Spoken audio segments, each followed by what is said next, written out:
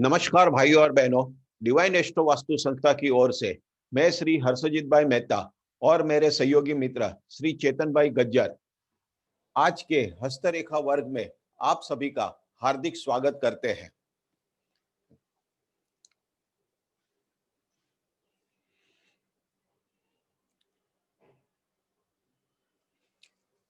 चलिए आज हम अपना लेक्चर प्रारंभ करते हैं। सर्वप्रथम मैं आपको बता दूं, अगर आप हस्तरेखा ज्योतिष सीखना चाहते हैं या तो हस्तरेखा सीखना चाहते हैं तो आपके लिए एक महत्व की सूचना है कि हस्तरेखा सीखने के लिए आपको थोड़ा बहुत ज्योतिष का बेसिक नॉलेज होना चाहिए। किस चीज का नॉलेज होना चाहिए? तो आपको 12 ग्रहों, 12 राशियां और 27 नक्षत्रों का थोड़ा बहुत नॉलेज होना जरूरी है। अगर ये नॉलेज नहीं है तो आपको थोड़ी दिक्कत आ सकती है। तो ये राशि, ग्रह और नक्षत्र के प्राकृतिक गुण आप जाने। नेक्स्ट स्लाइड सूझे एમાં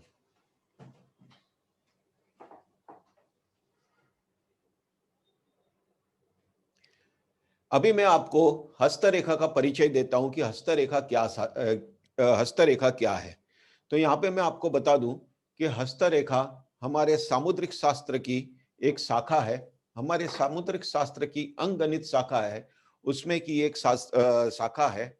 ऐसे तो हमारा ज्योतिष शास्त्र वेदों का छठा अंग माना गया है, परंतु उसमें की एक शाखा सामुद्रिक शास्त्र और सामुद्रिक शास्त्र की एक शाखा वो है हस्तरेखा शास्त्र। इसका उद्भव कहाँ हुआ? तो इसका उद्भव हमारे हिंदुस्तान में हुआ।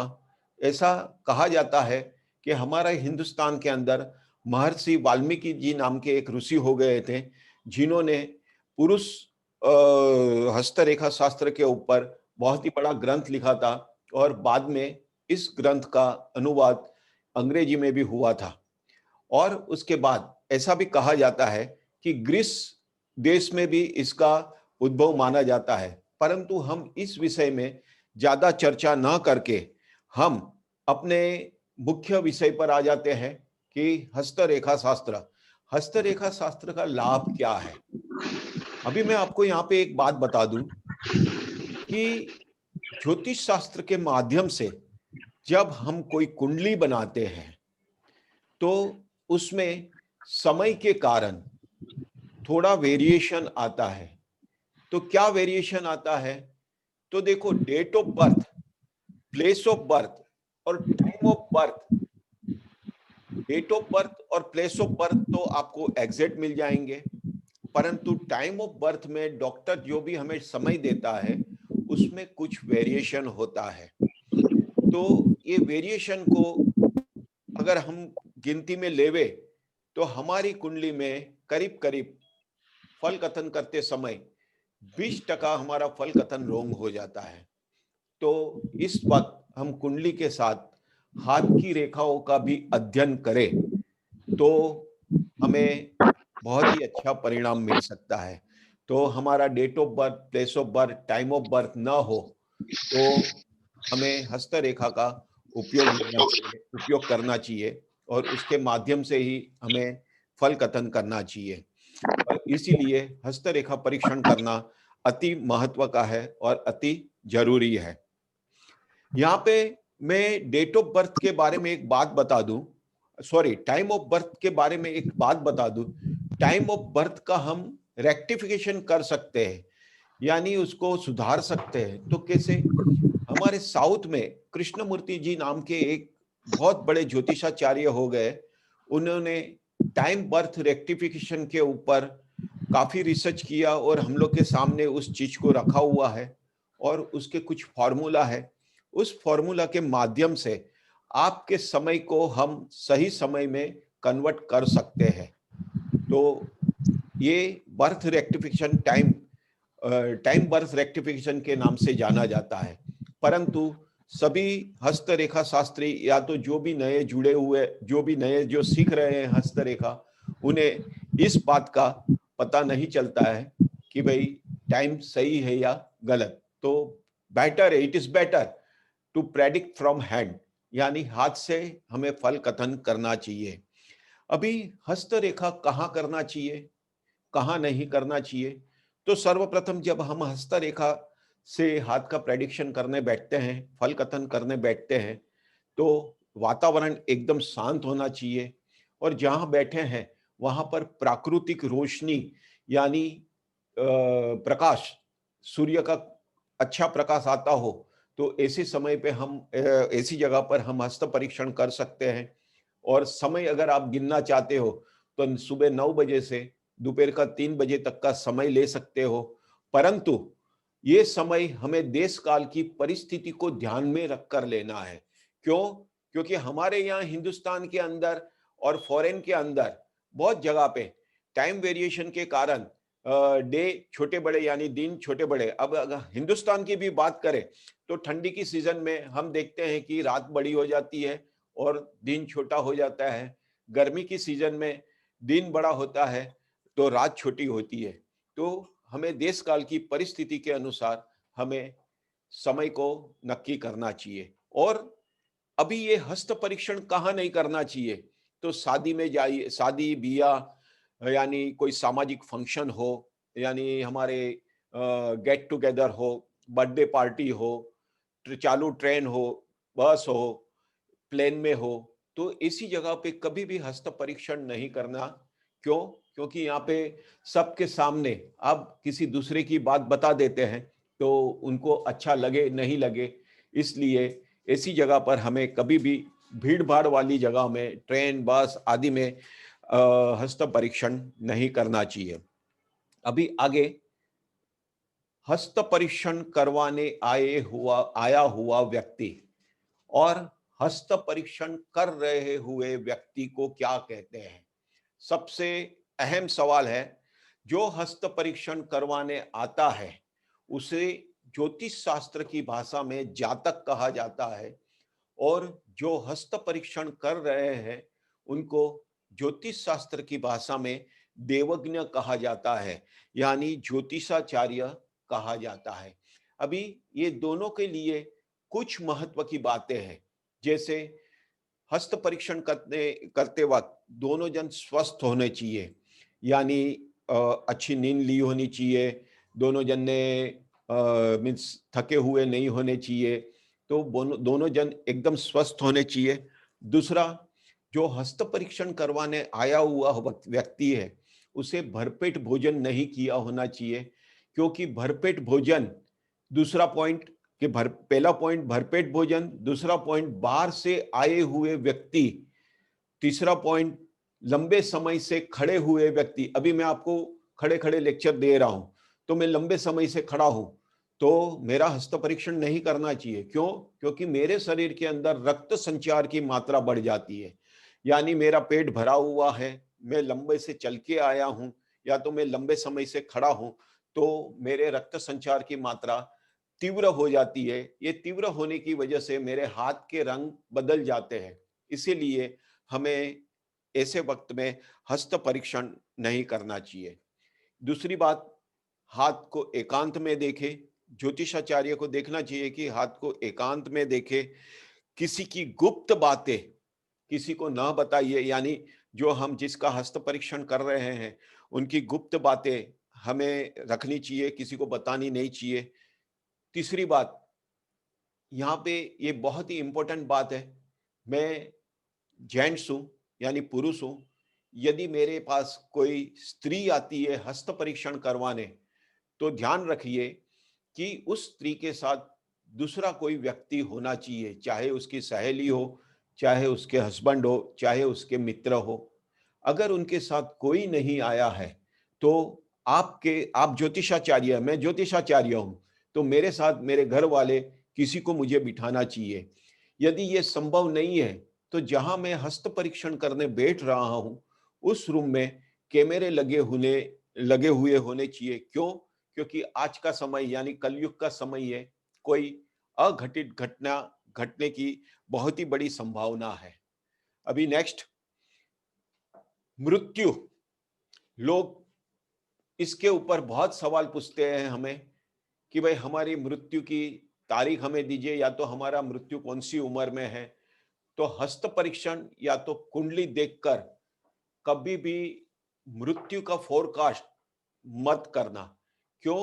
क्योंकि जैसे ही आप किसी के मृत्यु का फल कथन करते हैं, और तो उसको एक जोर से झटका लग जाएगा। अगर आपने बता दिया होगा कि शॉर्ट पीरियड में आपकी डेथ है, तो उसको एक झटका लग जाएगा। जो लेट मरने वाला होगा वो जल्दी मर जाएगा। तो हो सके तो मृत्यु का परीक्षण कभी भी मत करना। ये बहुत ही महत्व और इंपॉर्टेंट बात है। नेक्स्ट, दूसरा, यहां पे मैं बता दूं, कोई आया है आपके यहाँ हस्त परीक्षण करवाने, उसकी शुभ घटना यानी उसके साथ घटने वाली शुभ घटना है, या तो कोई अशुभ घटना। शुभ घटना यानी बहुत ही शुभ, जो जिसकी उसने कल्पना नहीं ना की हो। अशुभ घटना जैसे व्यापार में नुकसान होना, ऐसी जो व्यापार व्यवसाय नौकरी छूट जाना, ऐसी कोई अशुभ घटना है, उसका भी फल कथन उसको बहुत ही धीरे से समझा के करना, या तो थोड़ा गोल घुमा के करना। अगर आप डायरेक्ट बात ये बता दोगे तो हो सकता है कि उसको झटका लग जाए। अभी हम हमारी एक अहम बात पर आते हैं। वो अहम बात है बॉडी लैंग्वेज। जो हस्त परीक्षण करने वाले हैं, या तो जो कुंडली से फल कथन करने वाले हैं, अगर उनको बॉडी लैंग्वेज का थोड़ा भी ज्ञान है, तो कौन से व्यक्ति को क्या जवाब देना वो बहुत ही अच्छी तरह बता सकता है। यहां पे मैं कुछ आपको बॉडी लैंग्वेज दिखा रहा हूं, बता रहा हूं। सबसे पहले देखिए, जो व्यक्ति परीक्षण करवाने आ रहा है उसकी आंखों को देखिए, क्योंकि आंखों को हमारे शरीर का आईना कहा गया है। हमारे मस्तक यानी हमारे दिमाग में और हमारे हृदय में जो भी मीन्स जो भी चल रहा है, उसका सीधा इंप्रेशन हमारी आंख पे आता है। यदि हम दुखी है, यदि हम सुखी है, जैसे भी है, उदास है, तो उसका सीधा इंप्रेशन हमारी आंखों पर आता है। तो ये ध्यान रखिए कि आंख का निरीक्षण सर्वप्रथम करिए जो आती हुई व्यक्ति का। उसके बाद उसकी बॉडी लैंग्वेज में आपको कुछ बताता हूं। अभी आंख के बारे में मैं आपको बता दूं कि जो सर्प जैसी आंख वाला व्यक्ति आए, तो कभी भी उसका फल कथन ठीक से मत करना, ना ही उसको कुछ बताना। फिर आगे बॉडी लैंग्वेज में देखते हैं, कोई व्यक्ति ऐसे हाथ मसलते मसलते आता है, तो उसको भी कभी भी कुछ भी मत बताना। क्यों? क्योंकि वो व्यक्ति सिर्फ आपसे उसकी खुद की बात जानने भी आया है, और आपकी एग्जाम यानी आपकी परीक्षा लेने आया है कि आप कितना जानते हैं इस विषय के अंदर। फिर नेक्स्ट, कोई व्यक्ति अगर आपके यहाँ प्रवेश करता है, हाथ पीछे रखता है, हाथ ऐसे पीछे रखता है, छुपा के रखता है, जेब में हाथ रख के आता है, फिर हाथ ऐसे रख के आता है, अगर हाथ ऐसे फोल्ड किए हुए, ये देखो ये फोल्ड किए हुए हाथ की तो मैं आपको बात बता दूं, अगर आप घर में भी बैठे हो और आपके सामने कोई फोल्ड करके ऐसे हाथ फोल्ड करके व्यक्ति बैठा है ना, उसको हाथ खुलवा दीजिए, क्योंकि ये नेगेटिविटी का सूचन करती है। तो ध्यान रखिए कि आपके पास जब ऐसा कोई व्यक्ति आता है, तो उसको बहुत ही स्पष्ट शब्द में उनको जवाब दीजिए, बहुत ही स्पष्ट शब्द में। नेक्स्ट, कि कोई व्यक्ति आए, शंकाशील नजर से देख रहा हो, सभी चीजों को उठाता है रखता है, उठाता है रखता है, या तो हाथ में चाबी घुमाता है, जेब में से पेन निकालता है, ऐसे बाल संवारता है, तो ऐसे व्यक्ति का माइंड अस्थिर होता है, यानी वो स्थिर माइंड का नहीं होता है। तो इसको कुछ भी बताने से पहले सावधान रहना, क्योंकि अगर आपने कुछ ऐसा बता दिया और उसको कुछ तकलीफ हो गई, तो एलिगेशन आपके ऊपर आएंगे। ये बॉडी लैंग्वेज है, मेरी बॉडी लैंग्वेज पर लिखी हुई किताब भी है। हम हमारे पेड कोर्स लेके आ रहे हैं हस्तरेखा के ऊपर, उसके अंदर भी बॉडी लैंग्वेज के बारे में बहुत ही विस्तृत जानकारी दी हुई है। हाथ, अभी मुख्य बात आते हैं, हाथ कहां से कहां देखना। अभी मुख्य बात पर आते हैं, हाथ कहां से कहां देखना। ये हाथ कहां से कहां देखना, उसमें सर्वप्रथम मैं आपको फिंगर यानी हमारी ये जो उंगलियां है उनका इंट्रोडक्शन दे देता हूं। ये जो है, ये हमारा अंगूठा है, ये जो है हमारी तर्जनी उंगली है, ये तर्जनी उंगली के नीचे ये जो पर्वत है उसे हम गुरु का पर्वत कहते हैं। ये हमारी मध्यमा उंगली है। उसके नीचे जो ये पर्टिकुलर पर्वत है उसे हम शनि का पर्वत कहते हैं। ये हमारी अनामिका उंगली है। हमारे जीवन में ये उंगली सबसे ज्यादा महत्व की है, क्योंकि हमारी शरीर के अंदर रही हुई नाड़ियां यानी वेन्स, नसें, सबसे ज्यादा नसें ये उंगली से जुड़ी हुई है। आपको मालूम होगा कि आप किसी भी शुभ प्रसंग में ये उंगली से ऐसे करके टीका करते हैं। ये हमारी सूर्य की यानी अनामिका उंगली है। ये नीचू का जो भाग है वो सूर्य का पर्वत है। फिर हमारी ये उंगली है वो कनिष्ठिका उंगली है, छोटी उंगली है। और ये नीचू का भाग है वो बुध का पर्वत है। ये बुध का पर्वत सबसे ज्यादा महत्व हमारे जीवन में रखता है। एक ये पर्वत और ये एक पर्वत, ये गुरु का पर्वत, ये दोनों पर्वत हमारे जीवन में सबसे ज्यादा महत्व रखता है। ये ज्ञान का कारक है और ये बुद्धि का कारक है। ये मेरा एक्सपीरियंस, मेरे जीवन में मुझे कितना एक्सपीरियंस मिला है उसका सूचन करता है। और ये जो पर्वत है ये सूचन करता है कि मेरी बुद्धि प्रतिभा यानी मेरी बुद्धि चातुर्य, होशियारी कितनी है, वो ये पर्वत से जानी जाती है। तो वीडियो बराबर आ रही है आपको कि अटक गई है?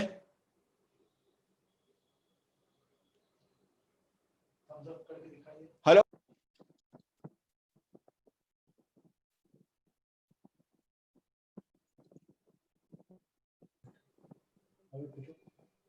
आपको वीडियो आ रही है?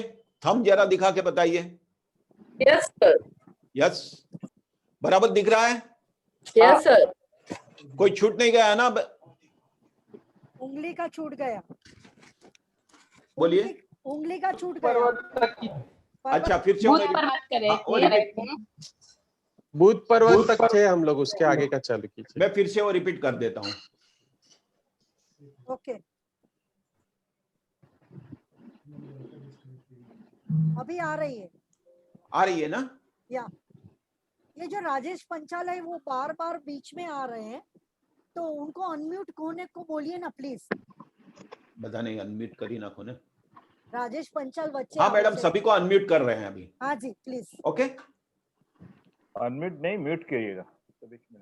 नहीं म्यूट करेंगे तो आपकी आवाज आएगी ना। हाँ, सॉरी, म्यूट कर देंगे अभी, सबको म्यूट कर देंगे। ओके, रिपीट करूं सब? हाँ, उंगली। चला स्टार्ट? या हाँ, स्टार्ट। ओके।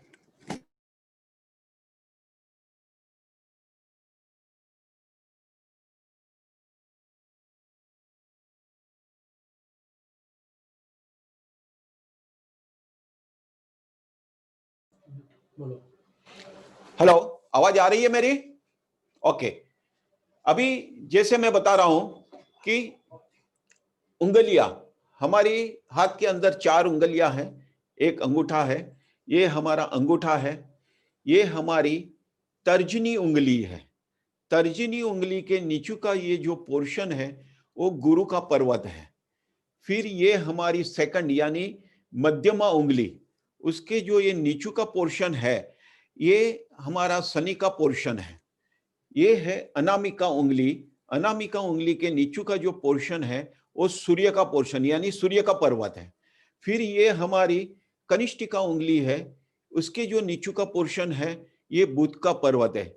हमारे जीवन के अंदर 2 पर्वत सबसे ज्यादा इंपॉर्टेंस है। अगर शेयर बाजार में है या तो कोई पॉलिटिक्स में है तो ठीक है, बाकी हमारे जीवन में सबसे ज्यादा इंपॉर्टेंस 2 पर्वतों का है। ये एक तो ये गुरु का पर्वत और ये एक दूसरा है बुध का पर्वत। ये गुरु का पर्वत जो है वो ज्ञान का कारक है, यानी ज्ञान, हमें जीवन में कितना एक्सपीरियंस है, हमारे जीवन में हमें किस चीज का कितना एक्सपीरियंस है वो ये पर्वत सूचित करता है। और ये हमारी बुद्धि प्रतिभा का सूचन करता है, यानी हमारी होशियारी कितनी है, चालाकी कितनी है, ये सूचित करता है। यदि बच्चे का एजुकेशन वगैरह देखना है तो सर्वप्रथम मुझे ये पर्वत को देखना है, क्योंकि बुध का पर्वत अगर अच्छा है तो वो जातक, उसकी बुद्धि बहुत ही अच्छी होगी।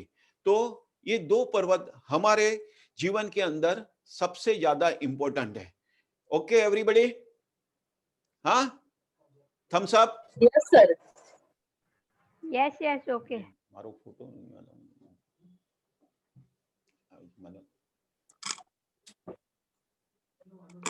ओके, अभी हम आते हैं, अभी मैंने आपको बता दिया कि हाथ कहां से कहां, सॉरी, अभी मैंने आपको ये बता दिया कि हमारी उंगलियों का मैंने इंट्रोडक्शन दे दिया। अभी हम आते हैं हाथ कहां से कहां तक देखना चाहिए। देखो, शास्त्र के अंदर जो कहा गया है वो नियम है। एक समझ लो, शास्त्र के अंदर जो भी कहा गया है वो नियम है। उस नियम को मुझे किस तरह फॉलो करना है वो मेरे ऊपर डिपेंड है। वो नियम को मुझे किस तरह फॉलो करना है। तो यहाँ पे मैं ऐसे कुछ नियम बता रहा हूं हाथ देखने के लिए। आप सामान्य उसी तरह देख लेंगे तो आपको सामने वाले व्यक्ति के बारे में बहुत ही अच्छी जानकारी प्राप्त हो सकती है। और यहाँ पर हम किसी स्त्री और पुरुष की कुंडली का मेलापक कर रहे हैं। कुंडली का मेलापक, अगर आपके पास कुंडली नहीं है तो वही मेलापक आप हाथ से भी कर सकते हो। वही मेलापक आप हाथ से भी कर सकते हो। उसके लिए मैं स्टार्टिंग का जो बेसिक थोड़ा है वो यहाँ पे मैं आपको बता रहा हूं। हाथ कहां से कहां तक देखना चाहिए, तो सर्वप्रथम देखिए, ये मध्यमा उंगली, अंगूठे से दूसरी उंगली से लेके ये मणिबंध रेखा, मणिबंध रेखा यानी यहाँ पे 3 रेखा है। किसी के हाथ में 1 होगी, किसी के हाथ में 2 होगी, किसी के हाथ में 3 होगी। ये मणिबंध रेखा यहाँ पे। तो ये मध्यमा उंगली के टोच यानी टॉप से लेके मुझे यहां तक मुझे हाथ देखना है। दूसरा, सेकंड, और करपृष्ठ यानी पीछे का हाथ। आप बोलोगे कि पीछे के हाथ में क्या दिखेगा, तो कि पीछे के हाथ के अंदर मुझे ये नाखून दिखेंगे। ये मेरे जनरली जेंट्स लोगों के हाथ में यहाँ पे बाल होते हैं, इस यहाँ पर भी बाल होते हैं। तो करपृष्ठ यानी मध्यमा उंगली की टॉच से लेके मुझे ये मणिबंध जो मैंने पीछे दिखा है मणिबंध, उसी मणिबंध के बराबर पीछे की साइड तक मुझे ये हाथ देखना है। यानी मुझे हाथ आगे भी देखना है और मुझे हाथ पीछे भी देखना है। अभी सेकंड स्टेप पे आता हूं मैं। सेकंड स्टेप पे और हाथ कैसे देखना है, तो सर्वप्रथम मध्यमा उंगली की टॉच यानी टॉप दिख रहा है ना सभी को? हाँ। ओके, ये टॉच यानी ये टॉप से उंगलियों के मूल यानी हमारे उंगलियों की ये जो तीसरे पोर है यहां तक, ये एक पार्ट, हाथ को 2 पार्ट में डिवाइड कर दो, पर्टिकुलरली एक पार्ट, फिर दूसरा पार्ट ये, यानी मध्यमा की उंगली से ये मूल तक और ये मूल से लेके ये मणिबंध तक, ये 2 पार्ट में मैंने हाथ को डिवाइड किया। तो कौन सा ये पार्ट बड़ा है कि ये पार्ट बड़ा है, यानी हमारी हथेली बड़ी है कि हमारी हाथ की उंगलियां बड़ी है। उंगलियों के बारे में मैं आपको लेक्चर के यानी हमारे तीसरे दिन के लेक्चर के अंत में उंगलियों के बारे में बहुत ही महत्वपूर्ण जानकारी दूंगा, जो जीवन में आपको चलते फिरते काम आएगी। चलते फिरते आप ट्रेन में जा रहे हैं, बस में जा रहे हैं, आप उंगली देख के सिर्फ बता सकते हैं कि वो व्यक्ति के माइंड में क्या चल रहा है। और अभी तीसरी बात, ये हाथ को मैंने 3 पार्ट में डिवाइड किया है, सत्व, रजस और तमस। आपको मालूम होगा कि ये हमारे जीवन में सबसे ज्यादा इंपॉर्टेंट है। और मेलापक में हम कहते हैं देवगण, मनुष्यगण और राक्षसगण। आपको ज्यादातर लोगों को मालूम होगा कि ये मेलापक में सबसे ज्यादा इंपॉर्टेंट रोल प्ले करता है। तो पर्टिकुलर ये जो भाग है उंगलियों, मध्यमा उंगली की टोच से लेके ये मूल तक का जो भाग है वो है सत्व भाग यानी सात्विक भाग। ये जो पर्टिकुलर भाग है वो हमारी मानसिक परिस्थिति के साथ जुड़ा हुआ है। हमारी मानसिक परिस्थिति कैसी होगी ये पर्टिकुलरली ये भाग बता देगा। फिर उसके बाद रजस यानी हम कैसे होंगे, राजसिक स्वभाव यानी राजा जैसा स्वभाव, कैसा हमारा ऐसा स्वभाव होगा कि नहीं, जिसको हम कहते हैं संसारिक बातें। तो उंगलियों की मूल से फिर हमारी ये जो मस्तक रेखा है, ये मस्तक रेखा, ये जो पर्टिकुलर पोर्शन है ये सेकंड पोर्शन है। फिर तीसरा पार्ट, ये हमारी मस्तक रेखा से लेके ये मणिबंध रेखा तक, ये तीसरा पार्ट। ये पहला पार्ट सत्व है, दूसरा पार्ट रजस है और तीसरा पार्ट है वो तमस है, यानी तामसिक प्रवृत्ति। आप देखोगे कि यहाँ पे शुभ ग्रह बैठे हुए, जैसे चंद्र बैठा है, शुक्र बैठा है, तो भी वो क्यों तामसिक प्रवृत्ति है? तो आप सोचिए कि चंद्र है, वो मन का कारक है, जो भी हम चीज सोचते हैं वो मन से सोचते हैं, अच्छे बुरे विचार जो भी आते हैं वो हमारे मन में आते हैं। दूसरा, ये मंगल का पर्वत है, ये निम्न कक्षा का मंगल, यानी ज्योतिष की भाषा में इसको नीच का मंगल कहते हैं। तो ये मंगल नीच का होने के कारण ये आप देख सकते हैं कि वो तामसिक चीज में आ जाता है, यानी ये सात्विक यानी देवगण, रजस यानी मनुष्यगण, और तामसिक यानी राक्षसगण, ये 3 चीज में हाथ डिवाइड हुआ है। अभी आगे चलते हैं। अभी सबसे अहम सवाल, जो भी हमारे आते हस्तरेखा के मेरे लेक्चर अटेंड करते हैं, सबसे पहला ये सवाल पूछते हैं कि सर हाथ कौन सा देखना है? आपके मन में भी ये सवाल उद्भव हो रहा होगा कि हाथ कौन सा देखना है। तो यहाँ पे मैं आपको बता दूं, मैं यहाँ पे एक साइंटिफिक वे से अभी आपको मैं बता रहा हूं। साइंस ने ये पुरवार किया हुआ है कि मनुष्य के मस्तक के अंदर 2 दिमाग है। वो तो आप सभी को भी मालूम होगा, एक सुप्त अवस्था का, एक जागृत अवस्था का, एक एक्टिव माइंड और एक डीएक्टिव माइंड। मैं थोड़ा इंग्लिश लैंग्वेज में बात कर रहा हूं। एक्टिव यानी कार्यरत और डीएक्टिव यानी निष्क्रिय, जो कार्यरत नहीं है। तो मनुष्य का जो ये लेफ्ट हैंड है, लेफ्ट हैंड साइड का माइंड है, उसकी जितनी भी रक्त वाहिनियां है, उसका सीधा कनेक्शन राइट हैंड पे, चाहे वो स्त्री हो, पुरुष हो, बालक हो, बुजुर्ग हो, कोई भी हो। हमारे राइट साइड के माइंड की जो भी रक्त वाहिनियां है, उसका सीधा कनेक्शन हमारे लेफ्ट हैंड के साइड है। यानी आप समझ गए ना कि यहां से जो हम कुछ इनपुट करते हैं तो उसका आउटपुट यहां आता है, यहां से जो हम इनपुट करते हैं उसका आउटपुट हमारा राइट हैंड पे आता है। अभी हम आते हैं कि स्त्री का कौन सा हाथ देखना चाहिए। तो यहां पर मैंने स्त्री को 2 कैटेगरी में डिवाइड किया हुआ है। Everybody can hear me, no? Okay. यहाँ पे मैंने स्त्री को 2 कैटेगरी में डिवाइड किया हुआ है। फर्स्ट है हाउसवाइफ और सेकंड है वर्किंग वुमन। देखो, हाउसवाइफ घर का काम भी करती है, परंतु उसकी वो मुआवजा यानी पैसा नहीं लेती, यानी पगार नहीं लेती है। और जो वर्किंग वुमन है, वो काम करती है, उसका वो पैसा लेती है, ऑफिस जाती है, उसका वो पैसा लेती है। तो यहाँ पे मैंने ये 2 कैटेगरी में डिवाइड किया हुआ है। तो सर्वप्रथम हम आते हैं हाउसवाइफ और एक्टिव माइंड, डीएक्टिव माइंड। तो ये हमारा माइंड है, ये हमारा मस्तक है। मस्तक को मैंने 2 पार्ट में डिवाइड किया है, ये राइट और ये लेफ्ट। दिख रहा है ना सब लोगों को? ओके। तो ये राइट और लेफ्ट। अभी यहाँ पे मैं लेडीज लोगों के बारे में आता हूं। तो लेडीज लोगों का ऑलवेज डे टाइम पे, देखो इस बात को जरा गौर से सुनना, ऑलवेज डे टाइम पे राइट साइड का माइंड एक्टिव रहता है लेडीज लोगों का, और उसका सीधा इंप्रेशन लेफ्ट हैंड पे आता है, उसका सीधा इंप्रेशन लेफ्ट हैंड पे आता है। लेकिन जो मैंने बता रहा हूं वो हाउसवाइफ का बता रहा हूं और वर्किंग वुमन दोनों का बता रहा हूं। परंतु जो वर्किंग वुमन है, जो अर्निंग करने जाती है, उसका डे टाइम पे भी लेफ्ट हैंड साइड का माइंड एक्टिव है, उसका लेफ्ट हैंड साइड का भी माइंड एक्टिव है, और उसका इंप्रेशन राइट हैंड पे आता है। तो जो हाउसवाइफ है उसका मुझे लेफ्ट हैंड देखना है, यानी बायां हाथ देखना है, और जो वर्किंग वुमन है उसका सर्वप्रथम मुझे बायां हाथ देखना है, और उसके बाद मुझे उसका राइट हैंड देखना है, क्योंकि उसके डे टाइम पे दोनों माइंड एक्टिव है। Okay everybody understand? अभी इसके बाद हम आते हैं पुरुष। यहां पर मैं जो पुरुष की बात कर रहा हूं वो वर्किंग पुरुष की बात कर रहा हूं।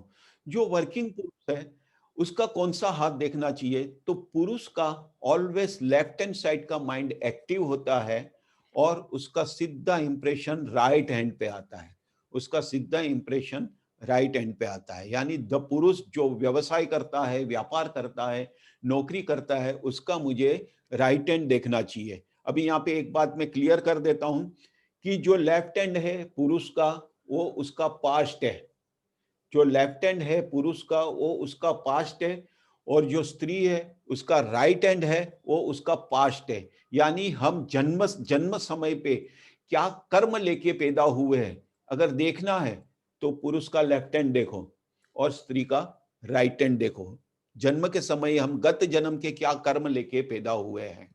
अभी यहाँ पे मैं आता हूं छोटे बच्चे और बुजुर्ग के लिए। तो मैं पहले बात बता दूं कि छोटे बच्चे यानी 0 से लेके 12 साल के बच्चे जो है उनकी ना कुंडली देखिए ना हाथ देखिए। क्यों? क्योंकि जो 12 साल तक के बच्चे हैं वो माता पिता के कर्म के ऊपर जीते हैं। यानी माता पिता ने गत जन्म में जो कर्म किए हैं और इस जन्म में उस पर्टिकुलर पीरियड में जो उन्होंने कर्म किए हैं उस कर्म के आधारित बच्चे को फल मिलता है। तो 0 से लेके 6 साल का अगर बच्चा बालक है तो वो माता के कर्म के ऊपर आधारित है, और 6 से लेके 12 साल का जो बच्चा होता है वो पिता के कर्म के ऊपर आधारित है। अगर बच्चे की हम कुंडली देखते हैं या तो हस्त परीक्षण करते हैं तो एक ही ध्यान रखना, उनके एजुकेशन के बारे में और उनके स्वास्थ्य के बारे में यानी तंदुरुस्ती के बारे में ही प्रेडिक्शन करना है और कोई प्रेडिक्शन नहीं करना है। यदि बच्चे के माँ बाप जीवित है और बच्चा 12 साल तक का है, देखो कोइंसिडेंस ऐसा भी हो सकता है कि बच्चे के माँ बाप का देहांत हो गया हो, लेकिन यदि बच्चे के माँ बाप जीवित है और वो हस्त परीक्षण करवाने आए हैं तो सर्वप्रथम 0 से 6 साल का बच्चा होगा तो माता का हाथ देखना, और 6 से 12 साल का बच्चा होगा तो पिता का हाथ देखना, क्योंकि ये बच्चा 12 साल तक माता पिता के कर्म के ऊपर जीते हैं। अभी नेक्स्ट आते हैं, जो बड़े बुजुर्ग जो रिटायर हो गए हैं तो वो भी दूसरे के ऊपर डिपेंडेंट है।